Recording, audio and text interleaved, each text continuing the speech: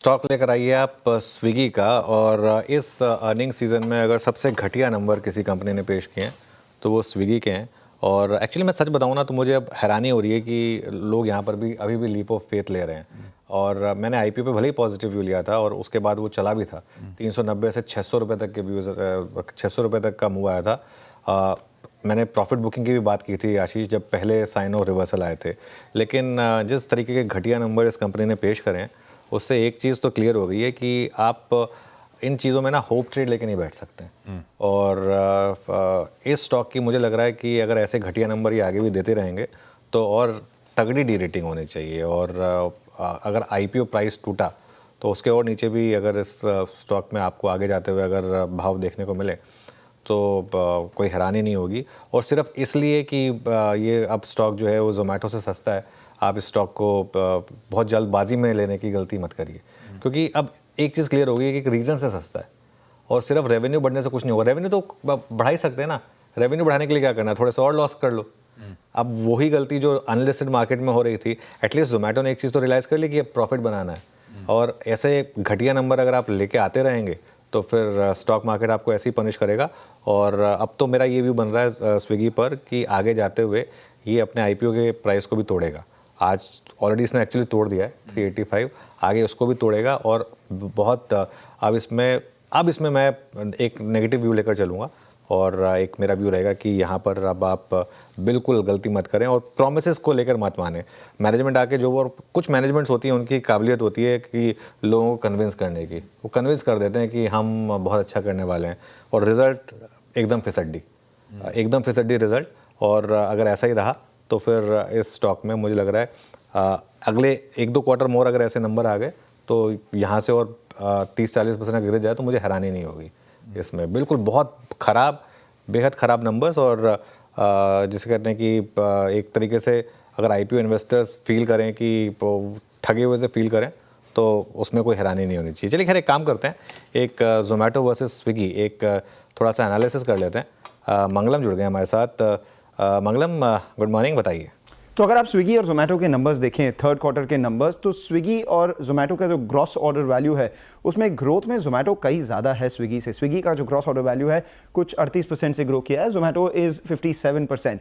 उसका रीज़न ये है कि जो ब्लिंकिट का बिजनेस है वो स्विगी के क्विक कॉमर्स के इंस्टामार्ट के बिजनेस से काफ़ी तेज़ ग्रो किया है। इंस्टामार्ट आप देखें तो 88% का ग्रोथ आया है ग्रॉस ऑर्डर वैल्यू में और जोमेटो का 120% आया है। बट स्विगी ने जोमेटो से फूड डिलीवरी में मार्केट शेयर गेन किया है। आप देखें तो फूड डिलीवरी का जो जीओवी है उन्होंने 19% किया था, जोमेटो ने 17% किया।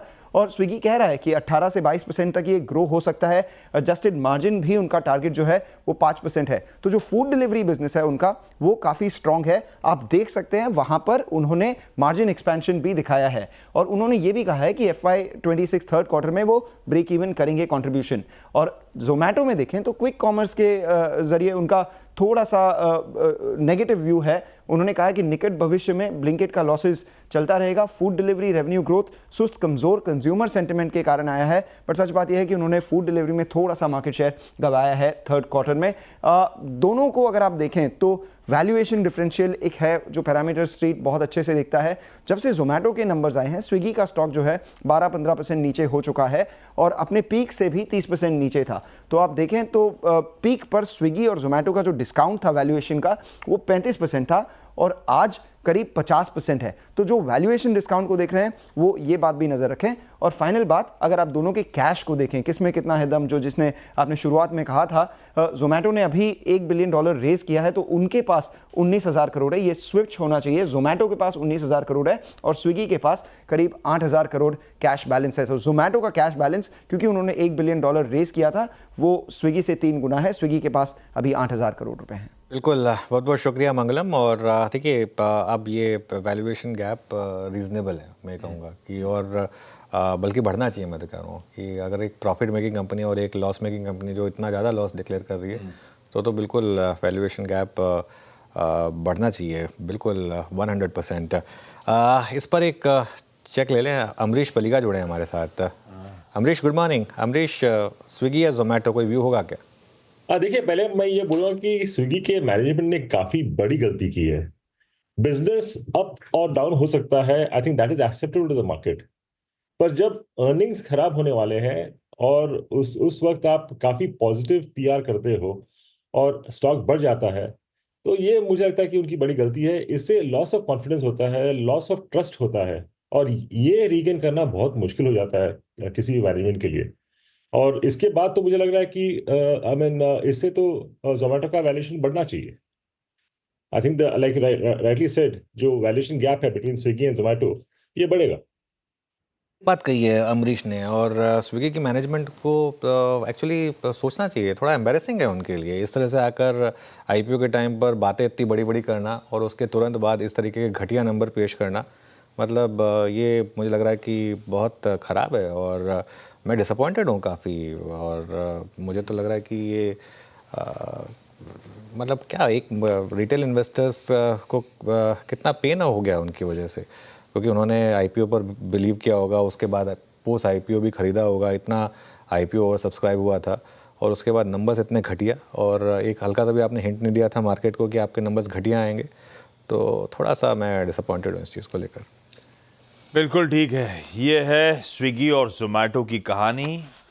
किसी का पेन किसी का गेन लॉजिकली होना भी चाहिए, क्योंकि सब लिस्टिंग के बाद एक्सपेक्ट कर रहे थे एक पाथ टू प्रॉफिटेबिलिटी, धीरे धीरे प्रॉफिट्स के करीब जाएंगे, हम यहाँ पे दूर जा रहे हैं। इंटेंस कंपटीशन है और उसके चलते क्विक कॉमर्स में दिक्कतें बढ़ रही हैं कंपनी की, और केपेक्स डार्क स्टोर्स वगैरह में करना भी मैंडेटरी है इस समय अगर compete करना है तो। चैलेंजिंग समय है इन सब के लिए, और अभी स्पेस से और आईपीओ आने हैं, वो और एग्रेशन दिखाएंगे उससे पहले, तो ये पेन और बढ़ेगा शायद। तो थोड़ा सा ध्यान रखिएगा, स्पेस में रहना है तो फंडामेंटली ज़्यादा साउंड जोमेटो है शायद। लाइए उसी का अच्छा चार्ट चेक करूं उससे पहले चार का चौका का टीजर दे देता हूं, ताकि हमारा पैनल कुछ बढ़िया से आइडियाज ढूंढ के रखे। फिर मैं आ रहा हूं आप लोग के पास। सस्ता ऑप्शन बहिती साहब रेडी रखिएगा। एफएनओ सुपरस्टार शिवांगी जी आपके पास आएंगे हम लोग। चार्ट का चमत्कार सेठ साहब कुछ ढूंढिए यार। और मिड कैप फंडा के लिए तो अमरीश जी के पास चला जाएगा, वो बताएंगे मिड कैप फंडा कौन सा है। सतपुते साहब इस बीच जोमेटो का चार्ट किस तरह के समीकरण बैठ रहे हैं? हमने खैर आज के टॉप कॉल में भी मेंशन कर रखा है कि शायद किसी का पेन किसी का गेन, लेकिन लॉजिकली चार्टिकली पोजीशन कैसा है जोमेटो? अच्छा जी, देखिए अगर आप चार्ट देखें तो मुझे लगता है कि एक इंपॉर्टेंट सपोर्ट पे खड़ा है, और ये सपोर्ट है करीबन 228 का। ये क्लस्टर ऑफ सपोर्ट का लोअर बैंड है, तो मुझे लगता है अगर यहाँ से चलना है तो इसी लेवल से ये जोमेटो यहाँ से घूमना चाहिए। तो आप जो कह रहे हैं कि किसी का पेन किसी का गेन, तो आई थिंक जोमेटो में एक कॉन्ट्रा बाय बनेगा। स्टॉप लॉस जो रखना है वो रहेगा 225 का, और जो स्विंग का टारगेट बनता है वो करीबन 242 से लेके 248 का टारगेट बनेगा। तो यहाँ से एक स्विंग आएगा तो जोमेटो में मुझे लगता है सपोर्ट सपोर्ट पे ही है, तो स्टॉप लॉस के साथ ट्रेड होएगा। कि सपोर्ट पर ही। अच्छा, मीनवाइल